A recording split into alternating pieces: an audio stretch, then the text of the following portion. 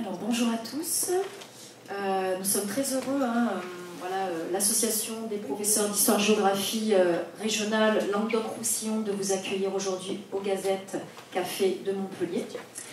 Je rappelle que notre association a pour objectif de promouvoir nos disciplines, l'histoire et la géographie, mais également de partager en fait les savoirs avec vous, et notamment en histoire aujourd'hui, mais cela peut être également en géographie et en enseignement moral et civique. Donc nous avons le plaisir et l'honneur aujourd'hui d'accueillir Jean-François Chanet. Donc Jean-François, vous êtes spécialiste d'histoire sociale de l'éducation, de la défense et plus globalement de la construction nationale française. Vous êtes professeur des universités à Sciences Po Paris et vous présidez par ailleurs le comité d'histoire de l'éducation nationale depuis sa création en 2019. Donc merci beaucoup de votre présence ce soir à nos côtés. Le sujet sur lequel nous échangerons ce soir est celui de l'école républicaine, à travers son histoire, ses débats, ses interrogations. Donc vous vous attacherez à montrer que depuis 1792, l'histoire de l'école est fortement liée en fait à celle de la République, une histoire qui est riche, complexe, marquée par de nombreux débats qui l'ont traversée jusqu'à aujourd'hui. Nous allons voir que cette école républicaine se met en place avec les lois Ferry. Elle participe notamment au XIXe siècle à l'unité autour d'un État fort, mais elle connaîtra une période noire sous le régime de Vichy, puisque, vous le savez tous, le régime de Vichy prône des valeurs nationales au détriment des valeurs républicaines. Nous aborderons également les interrogations actuelles, notamment en termes de laïcité. Des débats aussi qui montrent que notre République est en perpétuelle évolution, cherchant à s'adapter aux défis contemporains, tout en préservant ces valeurs fondamentales que nous tentons tous de faire vivre à l'école. Donc, cher Jean-François Chanet, je vous laisse la parole pour ce sujet très vaste, mais très intéressant pour nous. Merci. Merci beaucoup Naïla, merci à toute l'équipe de la PHG de Montpellier. Je suis très touché de cet accueil et très heureux d'être avec vous. Un peu inquiet tout de même, parce que l'amateur de rugby clermontois que je suis n'oublie pas qu'il y a ce dernier match du top 14 qui va opposer nos deux équipes, que le meilleur gagne. Mais c'est plus tard ou demain, c'est pas en ce moment en tout cas. Donc je vais effectivement traiter de mon mieux les questions vastes et complexes que vous avez résumées à l'instant, et je souhaitais le faire en donnant un ancrage territorial, sinon tout à fait local, du moins pas trop éloigné, avec cette carte postale d'Arques, commune de la Haute-Vallée de l'Ariège, petite commune qui comptait 520 habitants en 1881, au moment donc, de la première loi Ferry, qui en comptait 272 en 1921. On voit l'impressionnante saignée de la guerre de 14, qui remonte à 330 en 1931, retombe à 250 en 1954, au recensement de 1954, et est aujourd'hui à 261 habitants.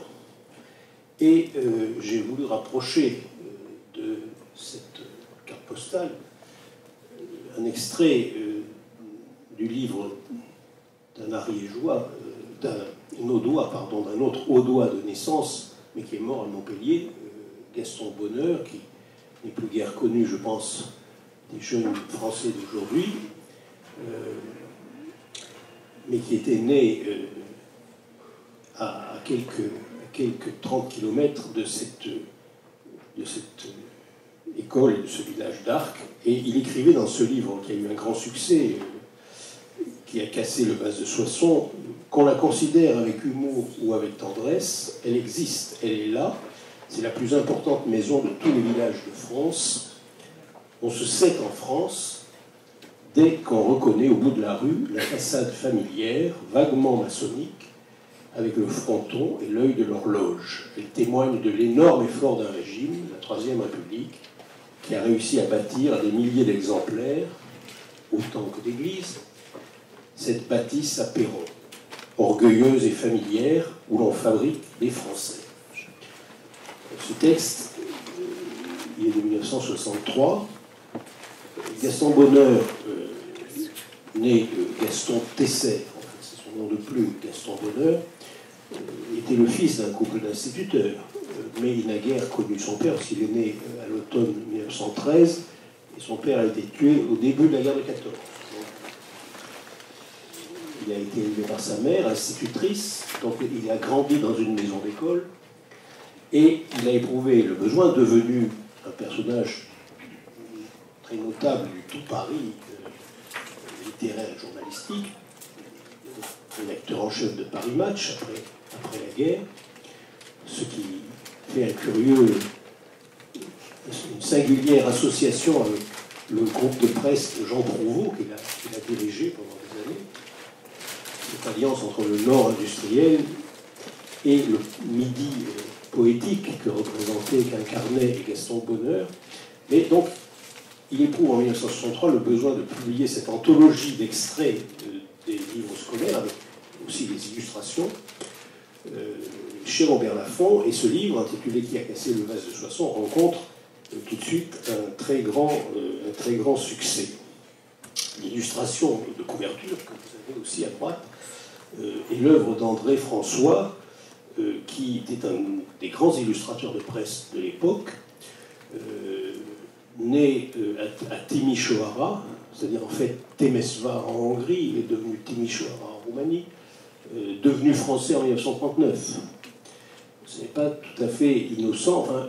Il ne faut pas l'ignorer quand on voit l'image qu'il a ainsi placée en couverture du livre de Gaston Bonheur. Et ce livre, Robert Escarpit l'a présenté dans Le Monde comme un livre de prix pour enfants sages, et il y voyait la mythologie laïque, gratuite et obligatoire, de 8 générations de Français. Et ce que je voudrais vous proposer, c'est de passer ensemble de la mythologie à l'histoire. Parce que des deux, c'est la première qui reste aujourd'hui la source des représentations dominantes, plutôt que la seconde. Et nous allons voir que l'histoire de cette école n'est pas tout à fait aussi idyllique, aussi idéale que on peut encore quelquefois le faire croire. Et donc, je vous proposerai, en manquant à l'usage l'usage auquel j'ai été formé, qui veut qu'on fasse toujours des plans en 3 parties, moi je ne vous en proposerai que 2, par exception. Une première que j'intitule Unir dans la séparation, ou Unir et séparer, Unité et séparation, et puis la seconde où je m'interrogerai sur les réformes successives ou les tentatives de réforme d'une institution jugée pratiquement impossible aujourd'hui à réformer, ou en tout cas depuis quelque temps, c'est un discours que l'on entend beaucoup, en me demandant tout simplement pour qui et pourquoi, dans quel but réformer l'école républicaine. Alors, pourquoi dire unité et séparation? Dalila a rappelé tout à l'heure que le but de l'unification était l'un des buts premiers des fondateurs de la Troisième République, au sortir de ce que tout le monde à l'époque, ou presque, appelait nos désastres, c'est-à-dire la guerre de 1870 perdue et la Commune de Paris, la guerre civile, après la guerre perdue. Un besoin d'unité, un ardent besoin d'unité. Mais une institution qui est jugée à la fois politiquement et pédagogiquement indispensable, un système scolaire qui est structurellement inégalitaire, je vais y revenir bien sûr, mais qui suscite néanmoins une large adhésion dans le nouvel ordre social que la République assure et défend. Et l'école est par là, dans la mesure même où elle suscite une large adhésion progressive, un moyen de renforcer la République elle-même, à un moment où, il ne faut jamais l'oublier, elle a encore des adversaires puissants et déterminés.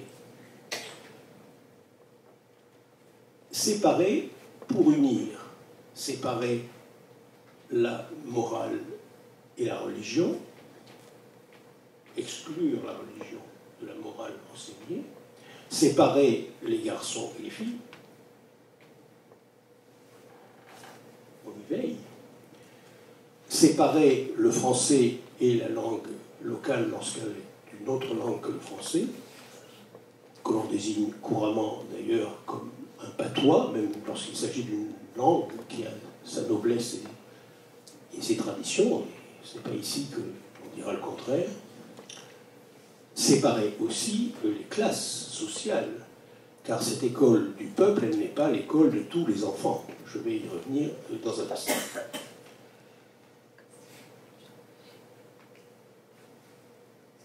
Cette école du peuple, telle que les républicains la conçoivent, suppose de la libérer de la tutelle de l'Église, ce qui conduit à laïciser jusqu'au personnel.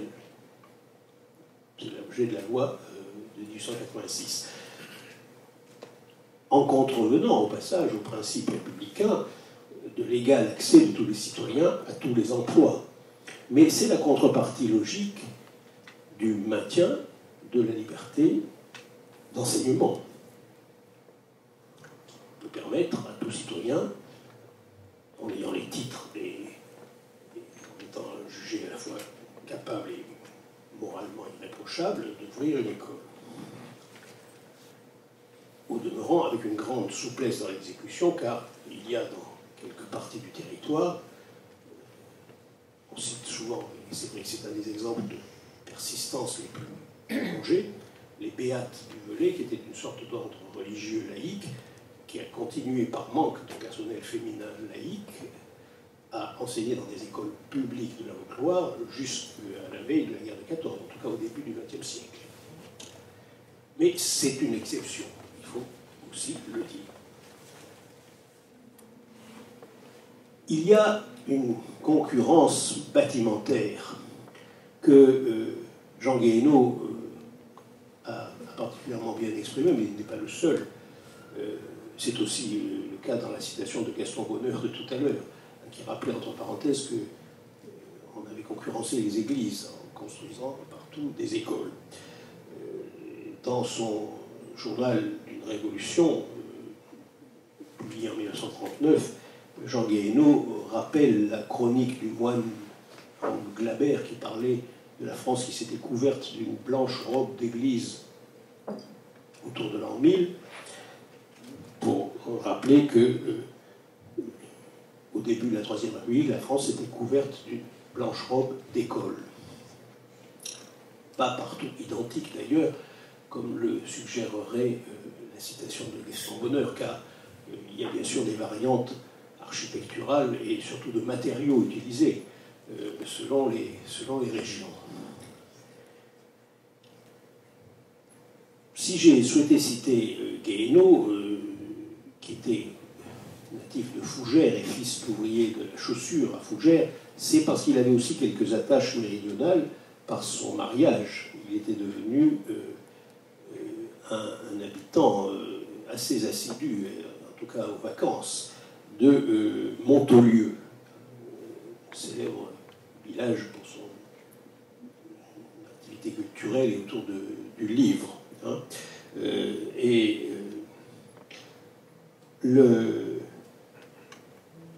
L'idée courante encore à cette époque, qui exprime dans son journal de la Révolution, c'est que la multiplication de ces écoles prouvait qu'une mystique nouvelle, c'était ces termes, était depuis 50 ans vivante en ce pays. Vous voyez, fin des années 30, il écrit cela. Et de la puissance de cette mystique, les ennemis de la République sont assurément ceux qui doutent le moins. Nous sommes en 1939. À la date du 17 janvier 1941, dans son journal des années noires, il exprime le désenchantement cruel pour un professeur qui a tellement cru au pouvoir de l'école et de l'instruction. Jamais tant d'hommes en Europe ne surent lire, et jamais il n'y eut tant de bêtes de troupeaux, tant de moutons. Je voulais rapprocher ces deux phrases qui n'ont que moins de 2 ans, que moins de 2 années séparent. La grande illusion, d'une certaine façon, qu'exprimait encore Jean Guéhenno, fils du peuple, boursier, devenu professeur de classe préparatoire, par la suite inspecteur général et académicien français, qui devait tellement à l'école de la République, et qui s'apercevait en pleine occupation de l'effondrement moral et civique que représentait ce qui se passait en France depuis 1940. En somme, pour un homme de sa génération qui avait fait la guerre de 14 et qui avait même été très grièvement blessé à Ypres, c'est plus à Vichy qu'à Ypres qu'il a perdu. Enfin, l'école du désenchantement, pour lui, ça a été plutôt la Seconde Guerre mondiale que la Première, même si il parlait dans son journal d'un homme de 40 ans de ces millions de morts pour rien. Il était revenu de la guerre très pacifiste, bien entendu, comme beaucoup de ceux qui l'avaient fait. Ça nous situe la trajectoire de cette école du peuple entre les années de fondation, les années 1880, et la veille de la catastrophe qui a été, dans ce domaine comme dans d'autres, et j'y reviendrai bien sûr, l'occupation, la défaite, l'occupation et la révolution dite nationale, puisqu'elle portait ce nom, que Vichy a voulu conduire. Alors vous ne pourrez pas le lire, là, peut-être à l'écran, mais comme je mets le diaporama à la disposition de la PSG, il pourra vous être diffusé. Ce discours de Jules Ferry n'est pas l'un des plus connus, n'est pas l'un de ceux que l'on cite le plus souvent, et pourtant il dit tellement de choses. Ce discours prononcé le 2 juillet 1882, lors de la distribution des prix des élèves de l'association philotechnique, donc d'une association qu'on dirait aujourd'hui complémentaire de l'école et qui pratiquait les cours d'adultes, ce complément de l'instruction populaire, où Ferry fait déjà esquisse un premier bilan de la politique qu'il conduit depuis son arrivée au ministère de l'Instruction publique en 1879, mais un bilan qui ne ressemble pas à ceux que l'on entend quelquefois. Aujourd'hui en particulier, je me lève pour rappeler ce passage. Les gouvernements démocratiques dignes de ce nom, les gouvernements républicains qui comprennent leur rôle, ne regardent pas en arrière pour se féliciter, ils regardent en avant pour mesurer la tâche qu'il leur reste à accomplir. On aimerait que ces lignes inspirent quelquefois ceux qui ont à réformer nos institutions et à faire évoluer dans la direction souhaitable notre société. Et ce texte, l'extrait que je vous ai reproduit, résume à la fois le sentiment du devoir accompli dans le financement de construction d'écoles, qui était la priorité, rapprocher le plus possible, jusque dans des écoles de hameaux, l'institution scolaire des populations, afin que chaque enfant puisse n'être plus, comme disait Ferdinand Buisson, un petit paria, sans pouvoir aller à l'école, ce qui, dans certaines régions, demandait un effort financier considérable, la Bretagne tout particulièrement, en raison du nombre des habitants et de la dispersion de la l'État, mais aussi le constat que cet effort demandait à être poursuivi dans le temps, car, Ferry le souligne, la statistique des illettrés à l'entrée au régiment n'évolue que très progressivement. On a atteint un maximum, et pour arriver à réduire ce qui reste encore de population alphabétisée, pour ces derniers points à conquérir, eh bien, il faudra prolonger l'effort, car la scolarité de beaucoup d'enfants reste encore, et on va y revenir aussi tout à l'heure, très intermittente. Alors, suivent quelques diapositives qui sont autant d'hommages à mes maîtres. Et ces deux-là, au premier d'entre eux, Maurice Agulon, qui a dirigé ma maîtrise, puis ma thèse, et qui était lui aussi fils d'instituteur, d'un couple d'instituteurs. C'est le cas de beaucoup de ceux qui ont écrit l'histoire de l'école. Et cela dit évidemment quelque chose de ce qu'il devait, il ou elle, avec les ambivalences que ça pouvait comporter, on va le voir. Dans la citation de gauche, extrait d'un article intitulé « Plaidoyer pour les Jacobins », Maurice Agulon rappelle cette chose que l'on ne devrait pas oublier, c'est que sans cet effort budgétaire de l'État, eh bien, il y a des communes dont les municipalités n'étaient pas républicaines, il y en avait encore dans certaines parties du territoire pas mal, auraient fait comme elles faisaient depuis le temps de Guizot. Il y avait une obligation inscrite dans la loi d'avoir une école, mais il n'y avait pas nécessairement d'école publique laïque. Et le fait d'avoir voulu qu'il y en ait partout était une manière d'assurer partout le respect de la liberté de conscience des familles qui n'étaient pas catholiques, c'est-à-dire ou incroyantes ou d'une autre confession. Car dans les communes rurales ou même urbaines, petites villes, où l'école catholique était dominante, eh bien évidemment les familles qui n'étaient pas de cette confession, elles étaient minoritaires, bien sûr, c'est tout l'enjeu. La religion catholique était la religion, comme le Concordat lui-même le disait, de la majorité des Français, certes, mais Ferry et les Républicains ont voulu légiférer pour la minorité. Et il faut s'en souvenir. Dans la citation de droite, c'est quelque chose de très touchant dans la note qui est à la fin du chapitre des lieux de mémoire, où le chapitre est consacré à la mairie, et où il rappelle que eh bien, l'obligation faite aux communes d'avoir une école a fait que beaucoup de municipalités ont fait, comme il dit, d'une pierre deux coups, en construisant ces maisons communes qui étaient aussi des maisons d'école sur les ailes, avec la partie centrale, vous en avez connu, je suis sûr, et il y en a dans toutes les régions. Ça, pour le coup, ça donne raison à Gaston Goudeur, ce type-là de bâtiment, hein, avec la partie centrale mairie, et sur les ailes, les écoles. Quand on était dans un bourg déjà assez important, l'école de garçons d'un côté, l'école de filles de l'autre, sagement séparées, comme dit Maurice Agulon.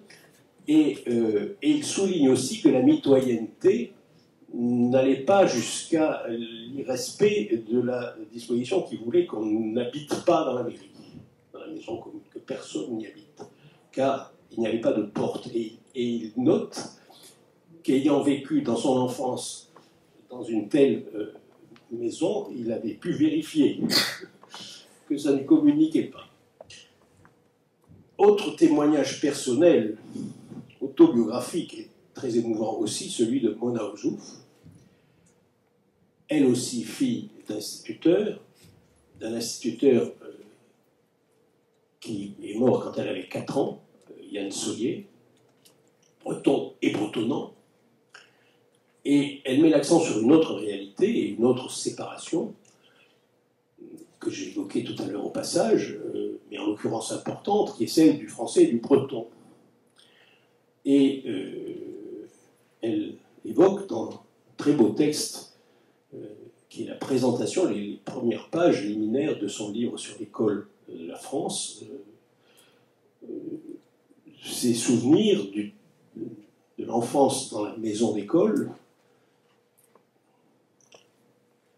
avec cette frontière.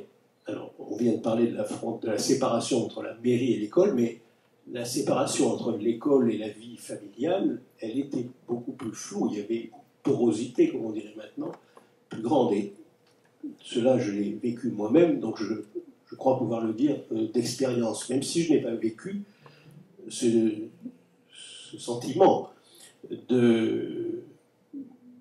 ce regret, parfois, de devoir cacher dans la malle, comme elle le décrit, le drapeau breton, par peur de perquisition, parce que Yann Sollier était un militant de la cause bretonne.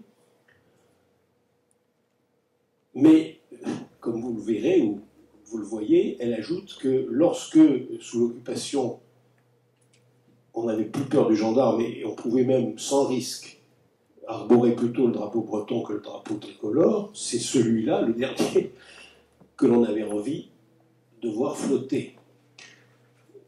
Ça dit beaucoup de choses de ces patriotismes, ces conflits d'appartenance, mais dans lequel finalement, et c'est ce qui nous a beaucoup rapprochés, et c'est pour ça qu'elle a été la préfacière du livre tiré de ma thèse, l'appartenance nationale, parce qu'elle englobait et qu'elle n'excluait pas, qu'elle hiérarchisait, comme elle le dit dans la préface, ce qui est une façon de ne pas exclure. J'ai toujours retenu cette formule, elle me paraît extrêmement importante. Hiérarchiser, c'est une façon de ne pas exclure. Et c'est ce qui distingue le patriotisme du nationalisme, qui lui exclut, assume l'exclusion. Et en miroir, je vous ai placé un extrait d'un texte que je trouve extrêmement émouvant aussi, pour d'autres raisons, qui est le retour de Jacques Ozouf, frappé par la maladie, par l'adversité, mais qui a trouvé la force de revenir à son enquête, après sa convalescence, pour donner ce texte lors du centenaire des lois Ferry, dans un recueil de contributions, et qui, revenant donc sur son questionnaire, regrette un peu de n'avoir pas donné plus de place à l'enfance, à ne pas avoir davantage encouragé ses témoins, hommes et femmes, à se livrer sur leur enfance, ce que certains ont fait spontanément, et c'est ce qui fait la richesse de ce corpus de réponses qu'il a reçu et qui est aujourd'hui déposé au Musée national de l'éducation, pardon, parce que, souligne-t-il, au fond, ils avaient tendance, dans ces récits, à dessiner une trajectoire, en somme assez naturelle, qui les avait conduits vers l'enseignement. Par imitation du maître ou de la maîtresse. Donc une vocation née dans l'admiration et dans la reproduction d'un modèle, même si parfois l'adversité avait pu jouer son jeu, et ou les hésitations entre d'autres carrières possibles, y compris, comme il le rappelle, entre le séminaire et l'école normale, dans certains cas. Mais au fond, prédomine l'idée que on n'aurait pas pu faire autre chose, même quand on se plaint des conditions du métier. Et je pense que ça nous distingue encore aujourd'hui. Nous plaignons souvent à raison, mais nous ne voudrions pas faire autre chose.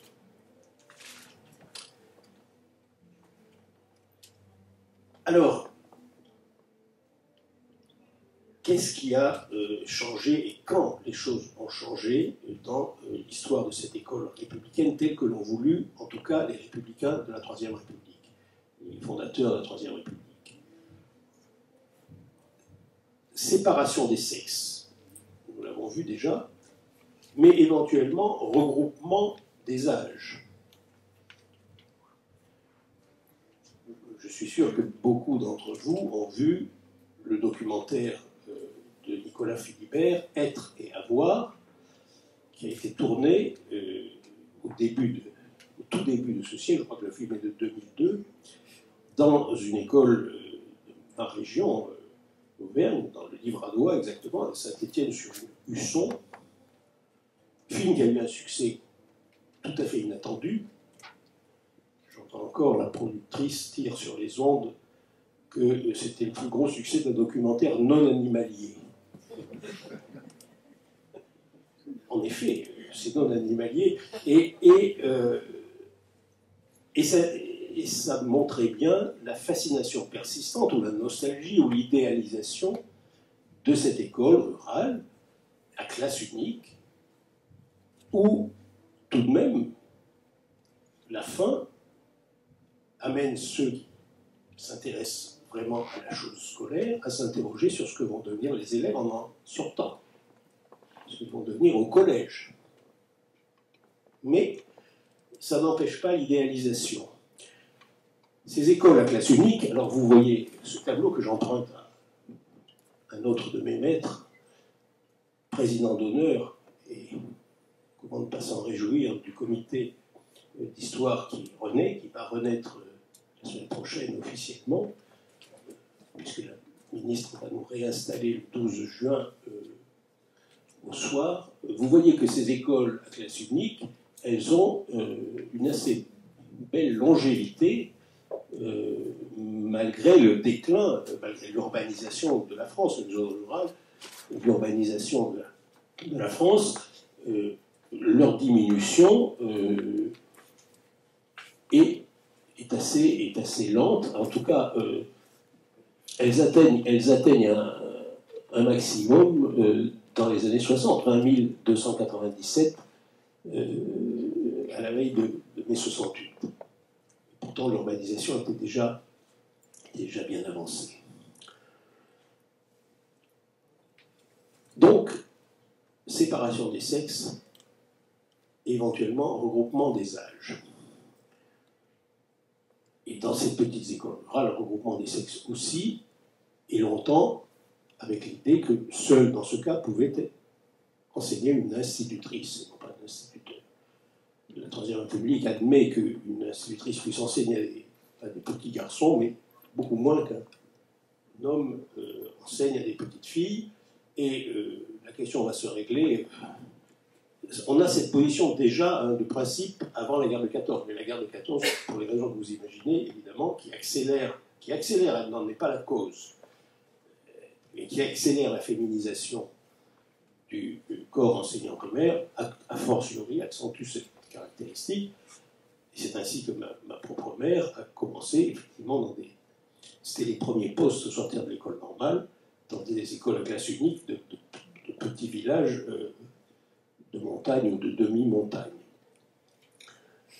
avant de descendre au chef-lieu de canton où elle a connu mon père, puis à la ville, au chef-lieu du département, où j'ai pu faire, grâce à cette mobilité, mes études secondaires sans avoir à contourner la carte scolaire. Tout ça a été très très bien pensé, évidemment. Cette école-là, elle se retourne d'une certaine façon à partir des années 60, enfin très fortement dans les années 60. C'est-à-dire que urbanisation et gémination, c'était le terme de l'époque, que j'ai encore entendu dans les conversations quand j'étais enfant, on ne parlait pas de mixité. Le mot n'était pas employé pour désigner ce que nous appelons, nous, mixité lorsqu'il s'agit des sexes, hein, de réunir des garçons et filles.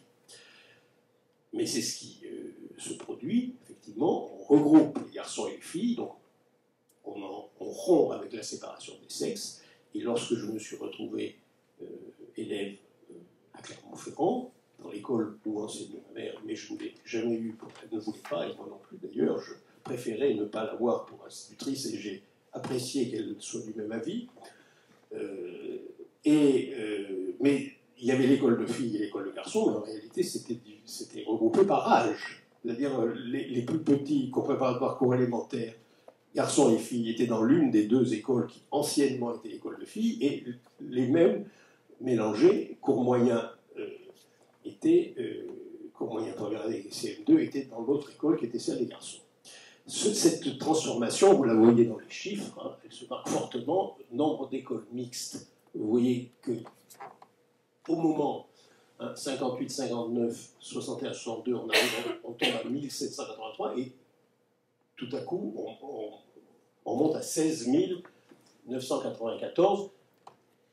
Parallèlement, c'est logique, le nombre d'écoles de garçons et de filles, qui était encore de 53 000 quand il y avait 1783 écoles mixtes, tombe à 26 345. Donc on a cette transformation, et donc regroupement des sexes et séparation des âges, si on laisse de côté les écoles à classe unique qui continuent d'exister. On a une division plus stricte, plus rigoureusement appliquée des trois niveaux qui existaient depuis la loi Guizot, mais qui n'existaient que dans les textes, et qui n'ont été progressivement généralisés à Paris, très progressivement par la volonté d'Octave Gréard dès la fin du Second Empire. C'est-à-dire trois niveaux, c'était élémentaire, moyen et supérieur. Et puis, loi Ferré. Mais tout ça se fait très progressivement. Dans les années 60, ça s'accentue fortement, et c'est ce qui vous permet de comprendre la montée. Hein, on passe de 128 355 à 159 622 classes, c'est-à-dire que le nombre des écoles va aller en diminuant, tandis que le nombre des classes augmente ou reste stable, parce qu'il y a plus de classes dans les mêmes groupes scolaires. Classes correspondant aux âges. Cours élémentaire, CE1, CE2, CM1, CM2.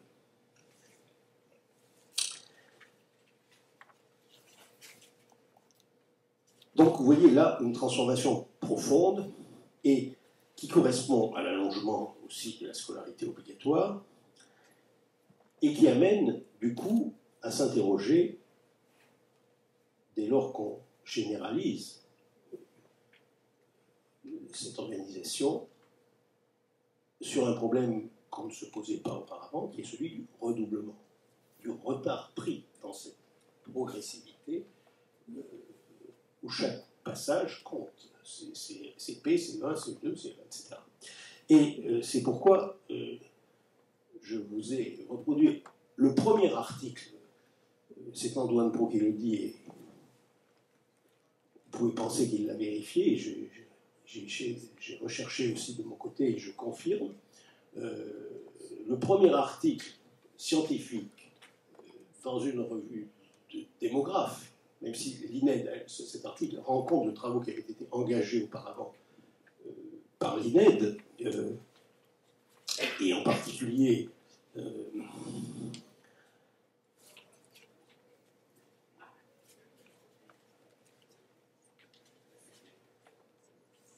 dans la section psychosociologie de l'INED que dirigeait Alain Girard. Vous voyez les conclusions de cet article qui est de 1969 et qui résonne encore aujourd'hui quand on entend ce qu'on entend dire par certains de nos responsables, et non des moindres, sur le redoublement. Bien que les taux de redoublement aient diminué depuis 1960, l'effectif des redoublants reste élevé, 15 à 20% d'un effectif scolarisé total de 4,9 millions d'élèves. 15 à 20%, ce n'est pas tout à fait anecdotique. Les redoublements sont plus accentués au CP et ils affectent principalement les enfants inscrits avant l'âge normal de 6 ans. difficultés dans l'apprentissage de la lecture, qui amenaient à ce qu'on fasse redoubler particulièrement le CP. Alors qu'au CP, le 5e environ de l'effectif est trop âgé, la proportion des retards scolaires atteint la moitié environ de l'effectif au CM2. La moitié. Ce n'est pas, là encore, ce n'est pas anodin.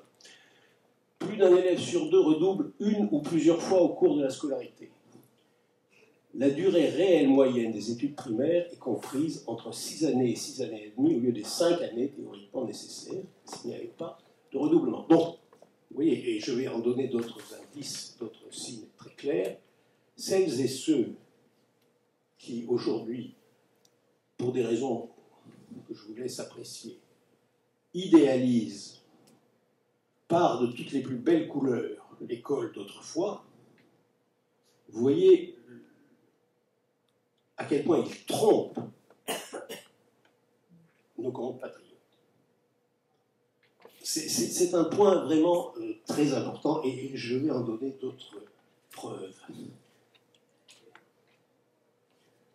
On parlait des écoles rurales, où il a fallu se battre pendant des années, des décennies, pour obtenir une meilleure fréquentation, parce qu'on retirait aux saisons des travaux agricoles les plus importants, on retirait les enfants pour les employer comme main-d'œuvre.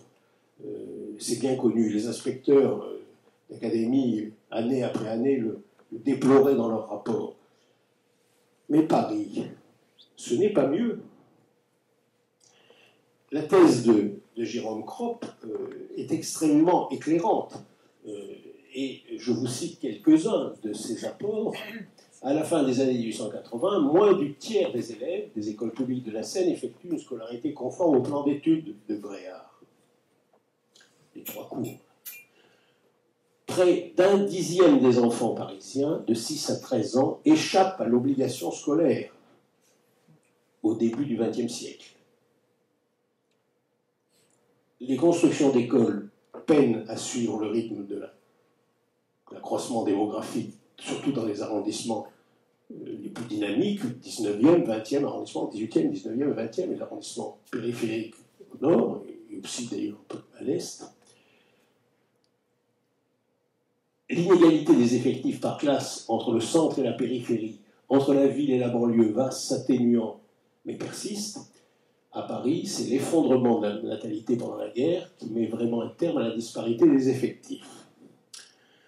Et surtout, quand vous entendez dire que sur le grand air de la baisse du niveau, nos enfants d'aujourd'hui, nos bacheliers, parfois certains iraient jusqu'à dire ça, que les bacheliers d'aujourd'hui n'auraient pas de certificat d'études, le seuil de la moitié d'une classe d'âge obtenant le certificat d'études primaires n'est atteint que dans les années 1930.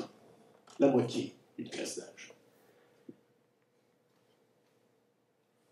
Si vous ajoutez à cela, et c'est le complément logique, que au lendemain de la guerre encore, dans les arrondissements que j'évoquais, une part non négligeable des enfants n'allait pas plus loin que le cours élémentaire,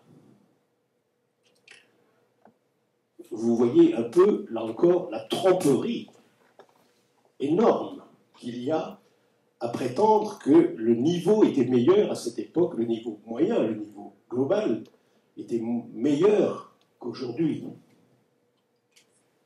C'est un énorme mensonge, c'est une tromperie gigantesque. On pourrait y revenir si vous voulez.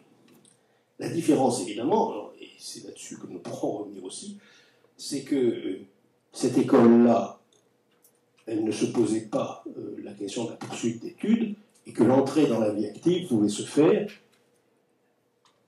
même sans le certificat d'études primaires. Alors qu'aujourd'hui, sans le baccalauréat, elle est beaucoup plus compliquée. C'est une autre question. Mais venons à la question, la seconde grande question que je voulais aborder, celle des réformes.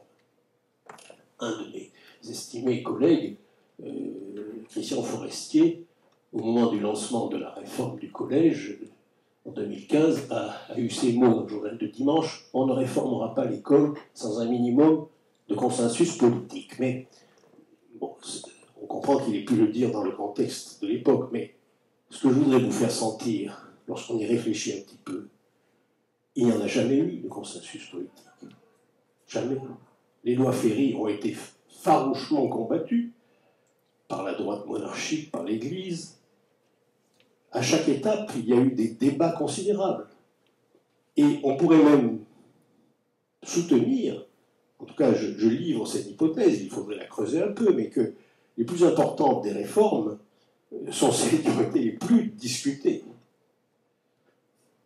En raison de la complexité du système, en raison des contradictions que révélait dès le début l'intention d'unifier sans égaliser.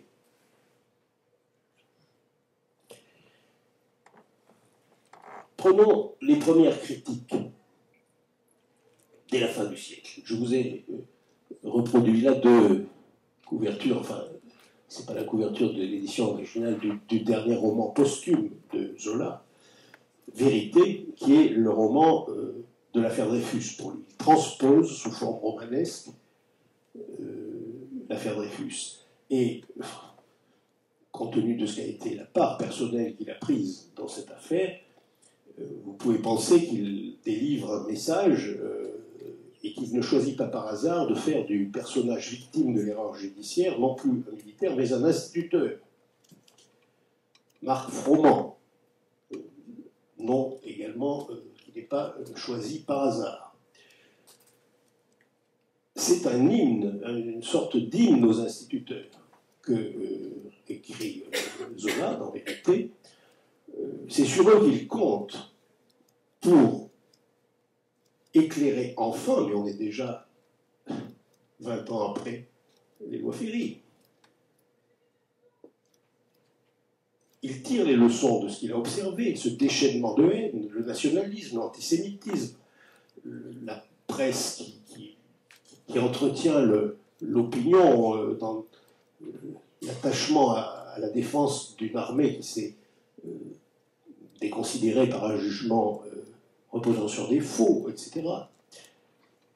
La raison, l'esprit critique, l'examen critique de l'information, etc. Tout cela, c'est le message que veut délivrer Zola dans ce roman posthume. Quant à Jules Romain, le texte est plus tardif, Recherche d'une église, zone de bonne volonté, il les écrit plus tard, mais il y transpose ses souvenirs à lui et les souvenirs qu'il a de son père, car le personnage de l'instituteur Clan Ricard, qui est mis en scène dans Recherche d'une église, au début de l'année 1910, en fait c'est Henri Farigoul. Le nom, Jules Romain était son nom de plume, son nom véritable était Louis Farigoul, né dans la Haute-Loire, son père était originaire de la Haute-Loire, mais instituteur dans le quartier de Montmartre à Paris, où est aussi instituteur le personnage fictif de Clan Ricard, que rencontre au début de Recherche d'une église le personnage fictif de Gerfagnon, mais qui est Jules Romain, normalien, de la rue d'Ulm. C'est son représentant, c'est son porte-parole dans le roman. Et il choisit donc de mettre en scène la rencontre militante entre ce normalien supérieur et cet instituteur de Montmartre qui a publié un article dans une revue militante. Nous sommes tellement seuls. Donc vous voyez d'un côté Zola qui compte sur l'instituteur pour éclairer davantage. Reprenant le thème au fond de Hugo dans Les Misérables, le chapitre sur le gamin de Paris, on guérira le mal par la lumière, par le partage de la lumière. Et Clan Ricard, alors c'est dans Romain écrit début des années 30, qui dit oui, c'est ce à quoi il s'attache jour après jour, mais nous sommes tellement seuls. Et c'est un sentiment que j'ai entendu encore exprimé par beaucoup d'enseignants aujourd'hui.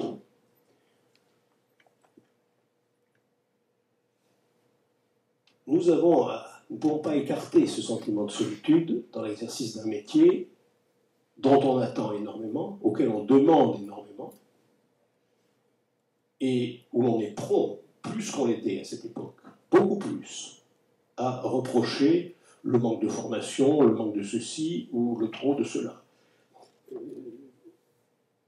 Ayons conscience de ce que demande, si on veut qu'il réponde à tout ce qui est attendu, le métier d'enseignant dans notre pays et dans notre école républicaine.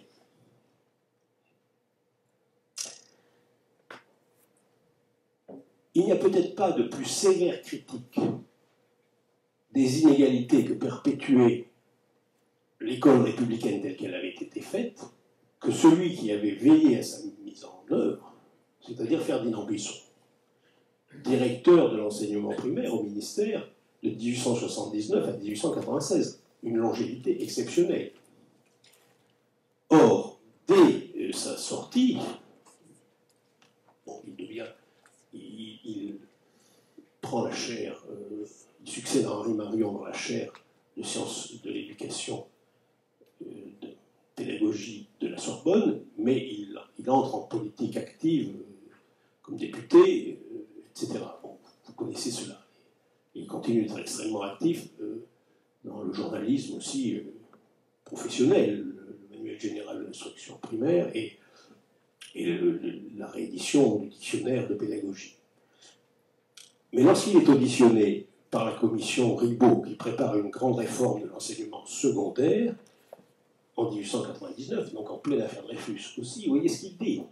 Sans doute il y a une question scolaire, universitaire et administrative, mais celle-là n'est que l'accessoire ou la conséquence. Ce qui est au fond de l'enquête, c'est à vrai dire une question sociale.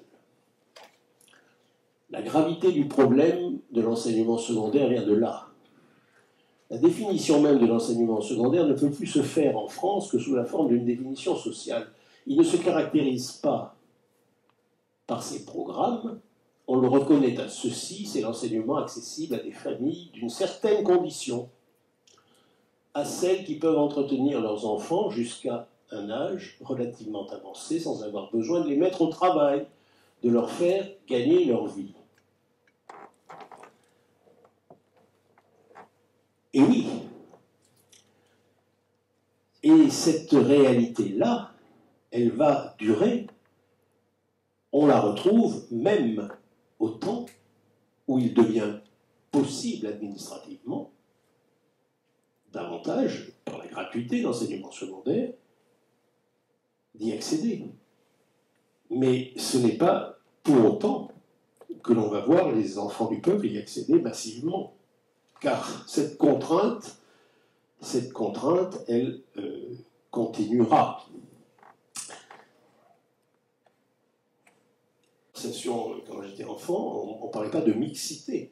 Le mot n'est pas employé pour désigner ce que nous appelons, nous, mixité lorsqu'il s'agit des sexes, hein, de réunir des garçons et filles.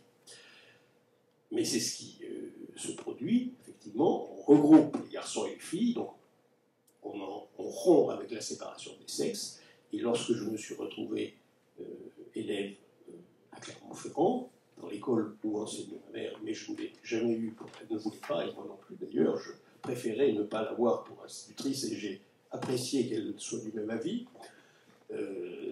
Mais il y avait l'école de filles et l'école de garçons, mais en réalité c'était regroupé par âge. C'est-à-dire les plus petits, cours préparatoires, cours élémentaires, garçons et filles étaient dans l'une des deux écoles qui anciennement étaient l'école de filles, et les mêmes mélangés, cours moyen cours moyen première année et CM2 étaient dans l'autre école qui était celle des garçons. Cette transformation, vous la voyez dans les chiffres, hein, elle se marque fortement, nombre d'écoles mixtes. Vous voyez que au moment 58, 59, 61, 62, on tombe à 1783 et tout à coup on monte à 16 994. Parallèlement, c'est logique, le nombre d'écoles de garçons et de filles, qui était encore de 53 000 quand il y avait 1783 écoles mixtes, tombe à 26 345. Donc on a cette cette transformation. Et donc, regroupement des sexes et séparation des âges, si on laisse de côté les écoles à classe unique qui continuent d'exister. On a une division plus stricte, plus rigoureusement appliquée des trois niveaux qui existaient depuis la loi Guizot, mais qui n'existaient que dans les textes, et qui n'ont été progressivement généralisés à Paris, très progressivement par la volonté d'Octave Gréard dès la fin du Second Empire. C'est-à-dire trois niveaux, c'était élémentaire, moyen et supérieur. Et puis, loi Ferry. Mais tout ça se fait très progressivement. Dans les années 60, ça s'accentue fortement, et c'est ce qui vous permet de comprendre la montée. Hein, on passe de 128 355 à 159 622 classes, c'est-à-dire que le nombre des écoles va aller en diminuant, tandis que le nombre des classes augmente ou reste stable parce qu'il y a plus de classes dans les mêmes groupes scolaires. Hein. Classes correspondant aux âges cours élémentaires, CE1, CE2, CM1, CM2.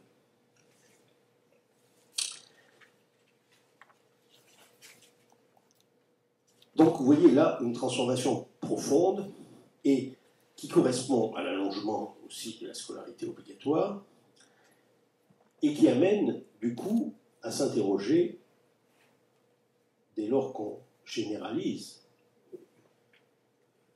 cette organisation, sur un problème qu'on ne se posait pas auparavant, qui est celui du redoublement, du retard pris dans cette progressivité où chaque passage compte. C'est P, c'est 1, c'est 2, c'est 1, etc.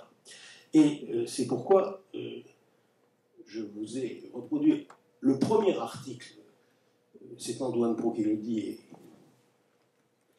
vous pouvez penser qu'il l'a vérifié. J'ai recherché aussi de mon côté et je confirme. Le premier article scientifique dans une revue de démographes, même si l'INED, cet article rend compte de travaux qui avaient été engagés auparavant par l'INED, et en particulier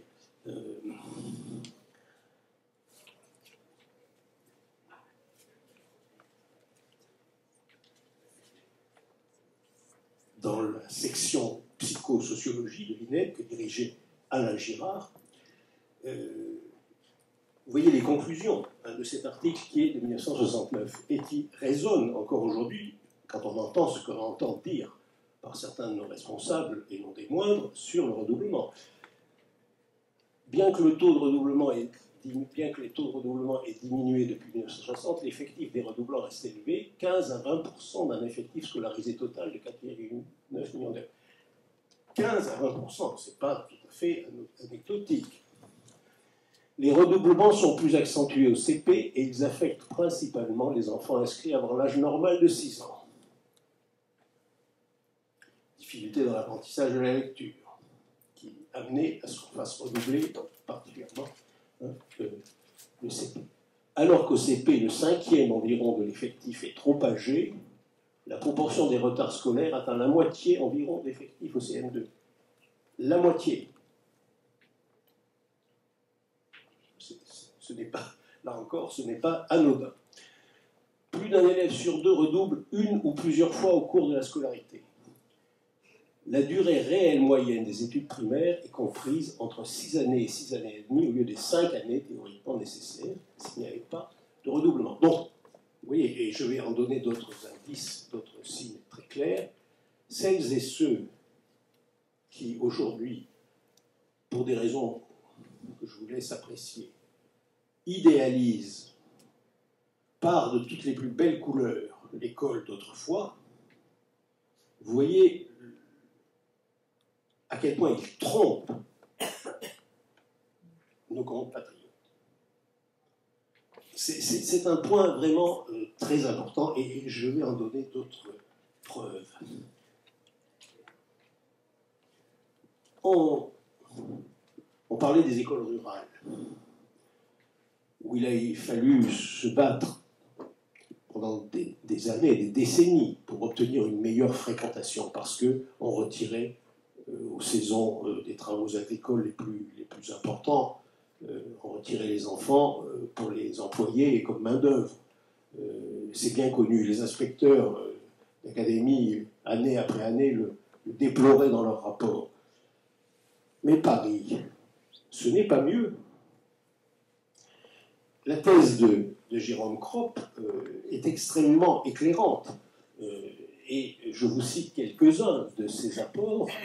À la fin des années 1880, moins du tiers des élèves des écoles publiques de la Seine effectuent une scolarité conforme au plan d'études de Bréard. Les 3 cours. Près d'un dixième des enfants parisiens de 6 à 13 ans échappent à l'obligation scolaire au début du XXe siècle. Les constructions d'écoles peinent à suivre le rythme de l'accroissement démographique, surtout dans les arrondissements les plus dynamiques, 19e, 20e arrondissement, 18e, 19e, 20e, et l'arrondissement périphérique au nord, et aussi d'ailleurs un peu à l'est. L'inégalité des effectifs par classe entre le centre et la périphérie, entre la ville et la banlieue, va s'atténuant, mais persiste. À Paris, c'est l'effondrement de la natalité pendant la guerre qui met vraiment un terme à la disparité des effectifs. Et surtout, quand vous entendez dire que sur le grand air de la baisse du niveau, nos enfants d'aujourd'hui, nos bacheliers, parfois certains iraient jusqu'à dire ça, que les bacheliers d'aujourd'hui n'auraient pas le certificat d'études, le seuil de la moitié d'une classe d'âge obtenant le certificat d'études primaires n'est atteint que dans les années 1930. La moitié d'une classe d'âge. Si vous ajoutez à cela, et c'est le complément logique, que au lendemain de la guerre encore, dans les arrondissements que j'évoquais, une part non négligeable des enfants n'allait pas plus loin que le cours élémentaire, vous voyez un peu, là encore, la tromperie énorme qu'il y a à prétendre que le niveau était meilleur à cette époque, le niveau moyen, le niveau global, était meilleur qu'aujourd'hui. C'est un énorme mensonge, c'est une tromperie gigantesque. On pourrait y revenir si vous voulez. La différence, évidemment, et c'est là-dessus que nous pourrons revenir aussi, c'est que cette école-là, elle ne se posait pas la question de la poursuite d'études, et que l'entrée dans la vie active pouvait se faire même sans le certificat d'études primaires. Alors qu'aujourd'hui, sans le baccalauréat, elle est beaucoup plus compliquée. C'est une autre question. Mais venons à la question, la seconde grande question que je voulais aborder, celle des réformes. Un de mes estimés collègues, Christian Forestier, au moment du lancement de la réforme du collège, en 2015, a eu ces mots dans le journal de dimanche: on ne réformera pas l'école sans un minimum de consensus politique. Mais bon, on comprend qu'il ait pu le dire dans le contexte de l'époque, mais ce que je voudrais vous faire sentir, lorsqu'on y réfléchit un petit peu, il n'y en a jamais eu de consensus politique. Jamais.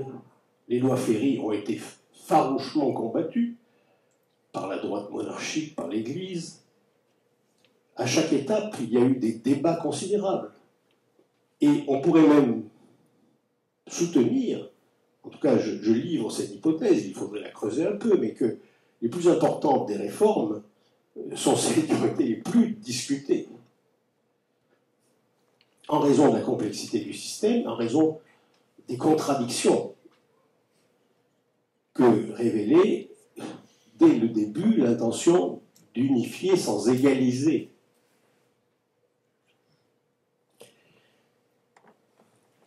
Prenons les premières critiques dès la fin du siècle. Je vous ai reproduit là 2 couvertures, enfin, c'est pas la couverture de l'édition originale du dernier roman posthume de Zola, Vérité, qui est le roman de l'affaire Dreyfus pour lui. Il transpose sous forme romanesque l'affaire Dreyfus. Et compte tenu de ce qu'a été la part personnelle qu'il a prise dans cette affaire, vous pouvez penser qu'il délivre un message et qu'il ne choisit pas par hasard de faire du personnage victime de l'erreur judiciaire non plus un militaire, mais un instituteur. Marc Froment, nom également qui n'est pas choisi par hasard. C'est un hymne, une sorte d'hymne aux instituteurs que écrit Zola dans Vérité. C'est sur eux qu'il compte pour éclairer enfin, mais on est déjà 20 ans après les lois Ferry. Il tire les leçons de ce qu'il a observé, ce déchaînement de haine, le nationalisme, l'antisémitisme, la presse qui entretient l'opinion dans l'attachement à la défense d'une armée qui s'est déconsidérée par un jugement reposant sur des faux, etc. La raison, l'esprit critique, l'examen critique de l'information, etc. Tout cela, c'est le message que veut délivrer Zola dans ce roman posthume. Quant à Jules Romain, le texte est plus tardif, Recherche d'une église, zone de bonne volonté, il les écrit plus tard, mais il y transpose ses souvenirs à lui et les souvenirs qu'il a de son père, car le personnage de l'instituteur Clan Ricard, qui est mis en scène dans Recherche d'une église, au début de l'année 1910, en fait c'est Henri Farigoul. Jules Romain était son nom de plume, son nom véritable était Louis Farigoul, né dans la Haute-Loire, son père était originaire de la Haute-Loire, mais instituteur dans le quartier de Montmartre à Paris, où est aussi instituteur le personnage fictif de Clan Ricard, que rencontre au début de Recherche d'une église le personnage fictif de Gerfagnon, mais qui est Jules Romain, normalien, de la rue d'Ulm. C'est son représentant, c'est son porte-parole dans le roman. Et il choisit donc de mettre en scène la rencontre militante entre ce normalien supérieur et cet instituteur de Montmartre qui a publié un article dans une revue militante. Nous sommes tellement seuls. Donc vous voyez d'un côté Zola qui compte sur l'instituteur pour éclairer davantage. Reprenant le thème au fond de Hugo dans Les Misérables, le chapitre sur le gamin de Paris, on guérira le mal par la lumière, par le partage de la lumière. Et Clan Ricard, c'est dans Romain écrit début des années 30, qui dit oui, c'est ce à quoi il s'attache jour après jour, mais nous sommes tellement seuls.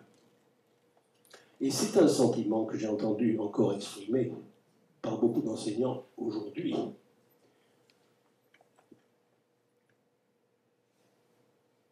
Nous ne pouvons pas écarter ce sentiment de solitude dans l'exercice d'un métier dont on attend énormément, auquel on demande énormément, et où l'on est prompt, plus qu'on l'était à cette époque, beaucoup plus, à reprocher le manque de formation, le manque de ceci ou le trop de cela. Ayons conscience de ce que demande, si on veut qu'il réponde à tout ce qui est attendu, le métier d'enseignant dans notre pays et dans notre école républicaine.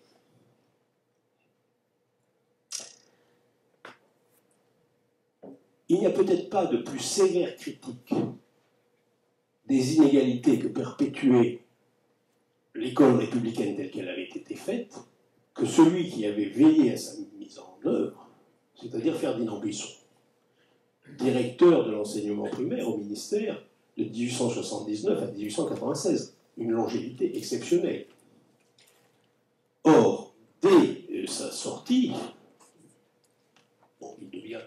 il prend la chaire, il succède à Henri Marion dans la chaire de sciences de l'éducation, de pédagogie de la Sorbonne, mais il entre en politique active comme député, etc. Bon, vous connaissez cela. Il continue d'être extrêmement actif dans le journalisme aussi professionnel, le manuel général de l'instruction primaire et la réédition du dictionnaire de pédagogie. Mais lorsqu'il est auditionné par la commission Ribot, qui prépare une grande réforme de l'enseignement secondaire, en 1899, donc en pleine affaire Dreyfus aussi, vous voyez ce qu'il dit. Sans doute il y a une question scolaire, universitaire et administrative, mais celle-là n'est que l'accessoire ou la conséquence. Ce qui est au fond de l'enquête, c'est à vrai dire une question sociale. La gravité du problème de l'enseignement secondaire vient de là. La définition même de l'enseignement secondaire ne peut plus se faire en France que sous la forme d'une définition sociale. Il ne se caractérise pas par ses programmes. On le reconnaît à ceci, c'est l'enseignement accessible à des familles d'une certaine condition, à celles qui peuvent entretenir leurs enfants jusqu'à un âge relativement avancé sans avoir besoin de les mettre au travail, de leur faire gagner leur vie. Et oui, et cette réalité-là, elle va durer, on la retrouve même au temps où il devient possible administrativement, davantage, par la gratuité d'enseignement secondaire, d'y accéder. Mais ce n'est pas pour autant que l'on va voir les enfants du peuple y accéder massivement. Car cette contrainte, elle continuera.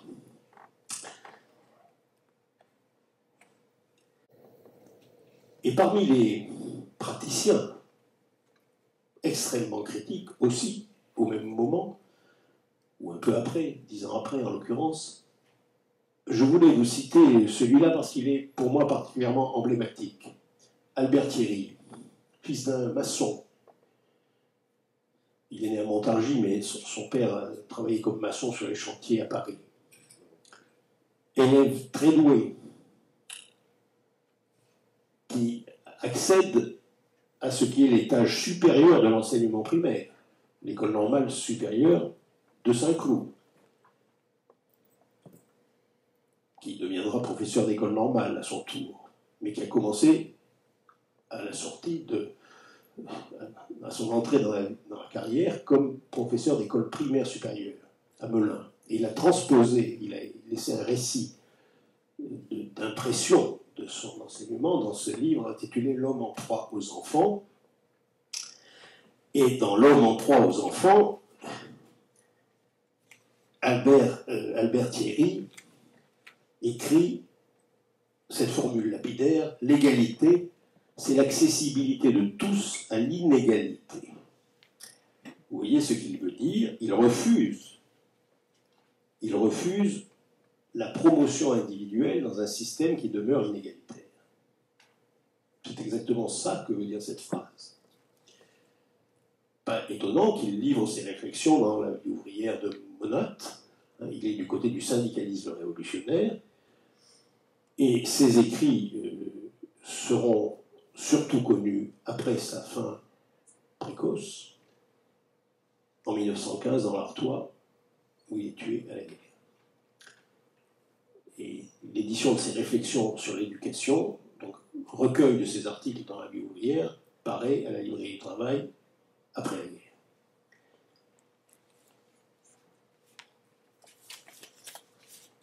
Donc vous voyez les critiques des effets sociaux de l'école républicaine, elles pouvaient venir même de ceux qui l'avaient organisée et de ceux qui en avaient bénéficié, comme Albert Thierry était un très bon exemple. La guerre change la donne, bien sûr, et impose cette notion ambiguë d'école unique. Je vous ai mis en regard là deux illustrations, l'une à votre gauche, à la gauche de la diapo, du dessinateur Lucien Métivé, qui chaque semaine donné un dessin à la première page de cette revue nouvelle. C'est le premier numéro, le tout premier numéro, et ça a un caractère de manifeste. L'école et la vie. Revue dirigée par un personnage qui aura son importance par la suite, Paul Crouzet. Paul Crouzet, homme originaire de l'Hérault, d'une famille de viticulteurs de l'Hérault, qui a fait ses études secondaires au petit séminaire de Montpellier. Puis, il est allé à Louis-le-Grand, il est rentré à l'Arc-Dune, et il est devenu inspecteur dans le département de la Seine, par la suite inspecteur général. Il était proche de plusieurs ministres, en particulier Albert Sarraut. C'est lui qui dirige cette revue nouvelle, et vous voyez le dessin, il est très caractéristique. Vous avez l'officier et le simple soldat, les enfants ont des tenues qui montrent bien qu'ils ne sont pas tout à fait du même monde. Il y en a qu'un cartable, un joli cartable, l'autre, il a ses livres attachés simplement par une cordelette. Mais le message est très simple. Leur père, je n'arrive plus à le lire exactement, mais enfin l'idée c'est leurs pères se sont battus dans les mêmes tranchées, pourquoi ils n'iraient pas sur les bancs des mêmes écoles. Voilà une conception de l'école unique. Nous sommes en 1917, 10 ans, et même 11 ans plus tard, une affiche de campagne de parti radical, de campagne électorale du parti radical et radical socialiste, à mérite égal, instruction égale. On a une Marianne en rouge avec bonnet phrygien qui accueille devant une porte grande ouverte qui est celle du lycée, comme on peut le lire au-dessus de la porte. Eh bien là, vous voyez aussi deux enfants dont les mères, surtout, ont des tenues vestimentaires un peu différentes. Eux se ressemblent davantage, au fond, puisqu'ils ont des culottes courtes. On a moins de différence dans les vêtements que les deux autres. Vous voyez comment on est passé d'une idée à une autre. Dans un premier temps, on peut considérer que le fait d'aller à la même école ne signifie pas nécessairement que tous ceux qui y vont iront au lycée.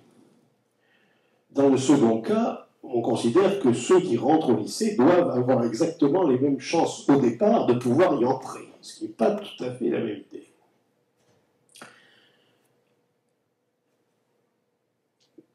Il y avait, à la réalisation de ces idées apparemment assez simples et qui pouvaient, pourrait-on penser, faire largement consensus au sortir d'une guerre qui avait effectivement accrédité l'idée que les parents avaient fait la même guerre, donc les enfants pouvaient faire les mêmes études.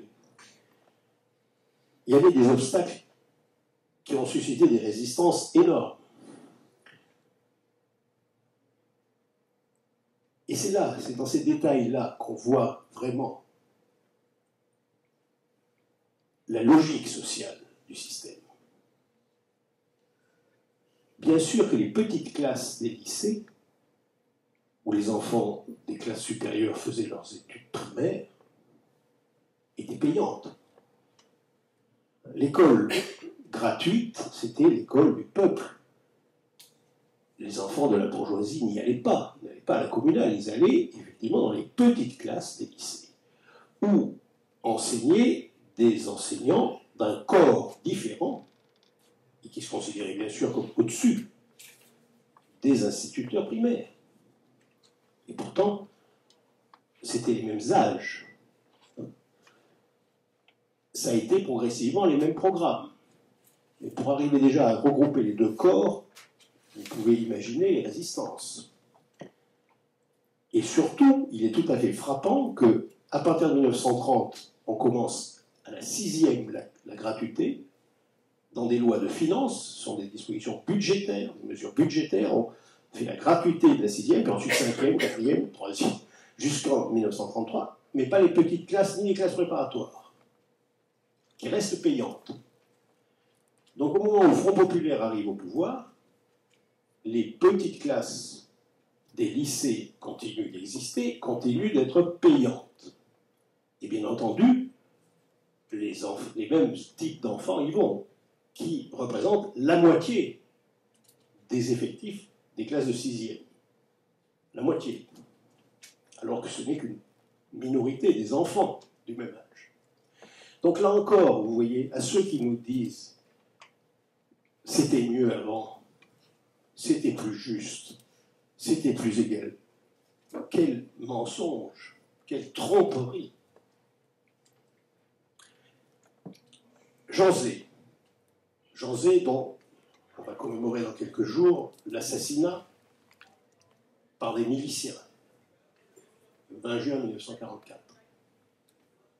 Une des victimes les plus emblématiques et qui a été considérée comme telle, une cible privilégiée du régime de Vichy, dès le début, qui a été l'objet d'une condamnation inique, qui était une sorte de revanche prise sur l'affaire Dreyfus,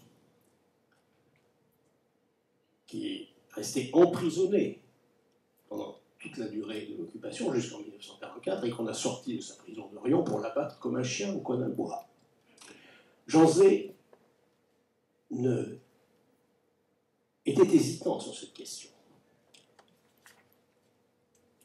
Il était convaincu qu'il fallait aller vers, et c'était un changement majeur, qu'il fallait aller de l'école ordre séparé,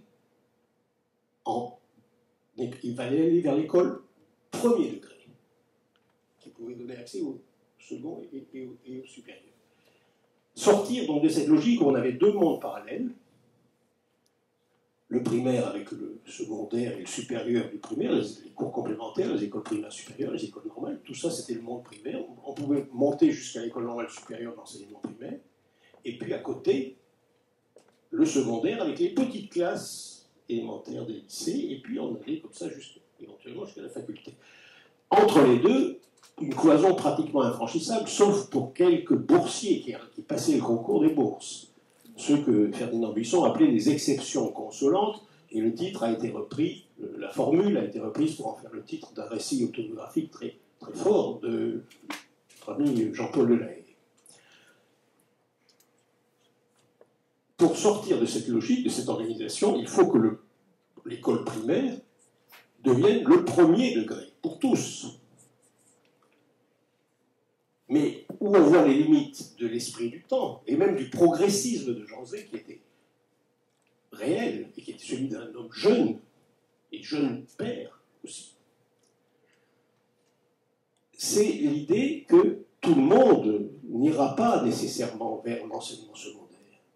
Même les très bons élèves de l'école primaire peuvent faire autre chose qu'aller vers le lycée. C'est une chose que l'on considère comme encore naturelle à cette époque.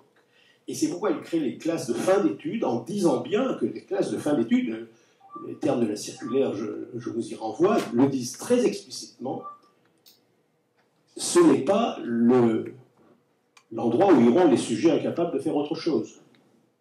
Il y aura d'excellents éléments, mais qui veulent aller vers la directive et qui ne veulent pas nécessairement aller faire des études longues ou dont les parents n'ont pas les moyens, même si les bourses existent.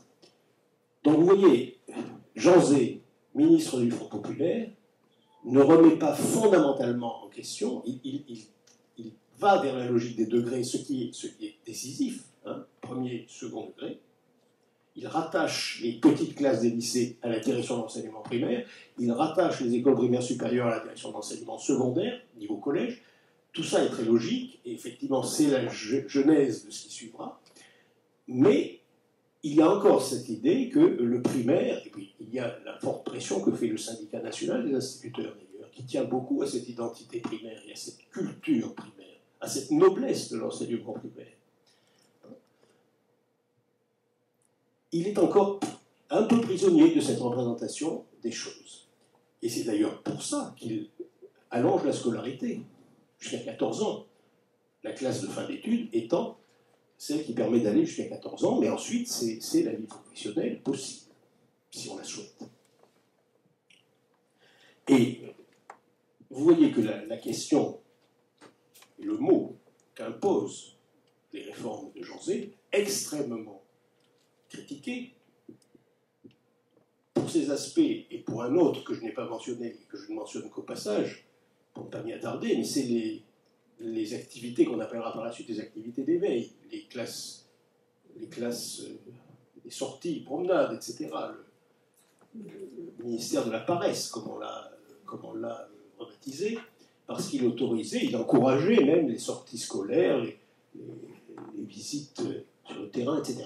Mais le mot qui s'impose désormais, c'est celui d'orientation. Et c'est pourquoi je trouve très bien que l'on est dans cet excellent ouvrage reproduit sous brouillon de la main de Jean Zay d'un article où il voulait présenter l'esprit de la réforme, où il explique le mot orientation.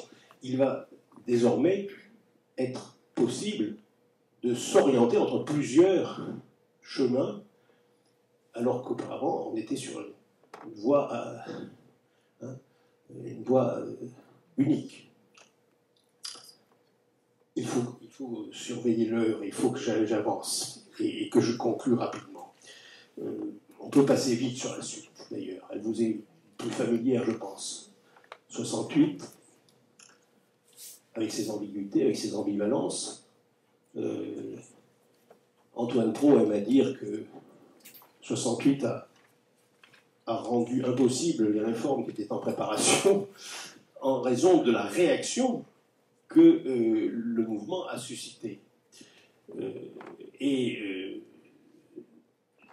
Vous voyez ce qu'il répondait à mon collègue et ami Yves Verneuil dans un entretien assez récent de 2019 sur le pédagogisme, encore une des cibles de notre époque.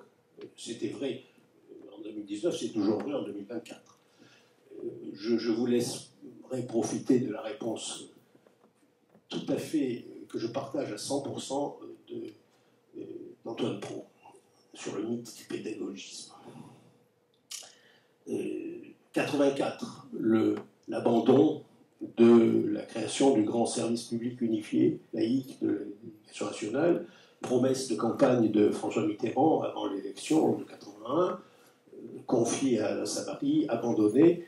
Là, je vous renvoie à l'excellente analyse que livre à chaud un autre des professeurs à qui je dois beaucoup, Jean-Marie Mailleur, qui explique en substance que ce n'est plus une question religieuse, que ce n'est plus du tout un enjeu de conviction religieuse, que c'est un enjeu de liberté de choix pour les parents, pour contourner la carte scolaire. Il ne le dit pas en ces termes, mais c'est ce qu'il suggère, et aussi de défiance, une manifestation de défiance à l'égard du service public, déjà passablement critiqué.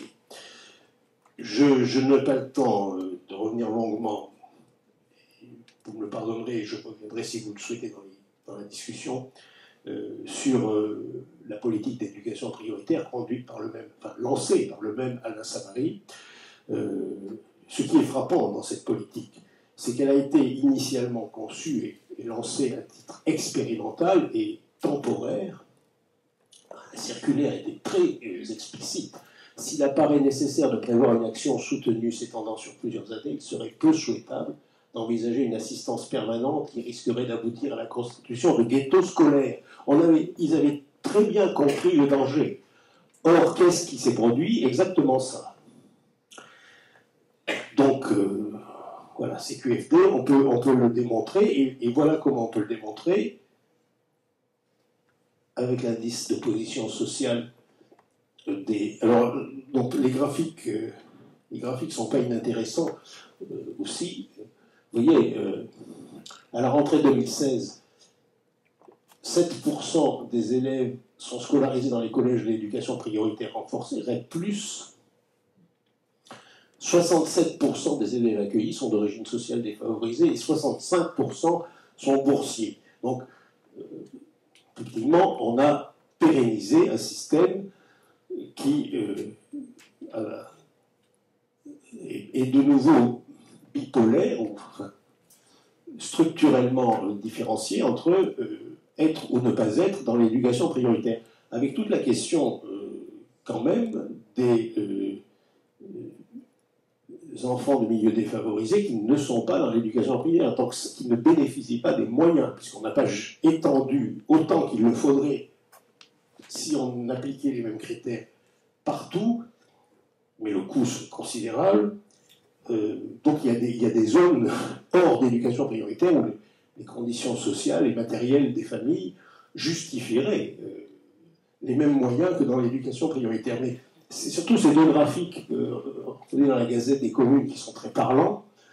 Vous voyez que les IPS, donc vous retrouverez dans le diaporama la définition que donne le ministère lui-même, l'ADEP, l'indice de position sociale d'un établissement scolaire est un indicateur calculé par l'ADEP qui résume les conditions socio-économiques et culturelles des familles des élèves accueillis dans l'établissement. Les plus favorisés, ceux donc, qui dépassent les IPS de 140, 60,3%, c'est de l'enseignement privé. Donc là où on est à moins de 90, l'enseignement privé ne pèse que 3,2%. Et ce graphique inverse,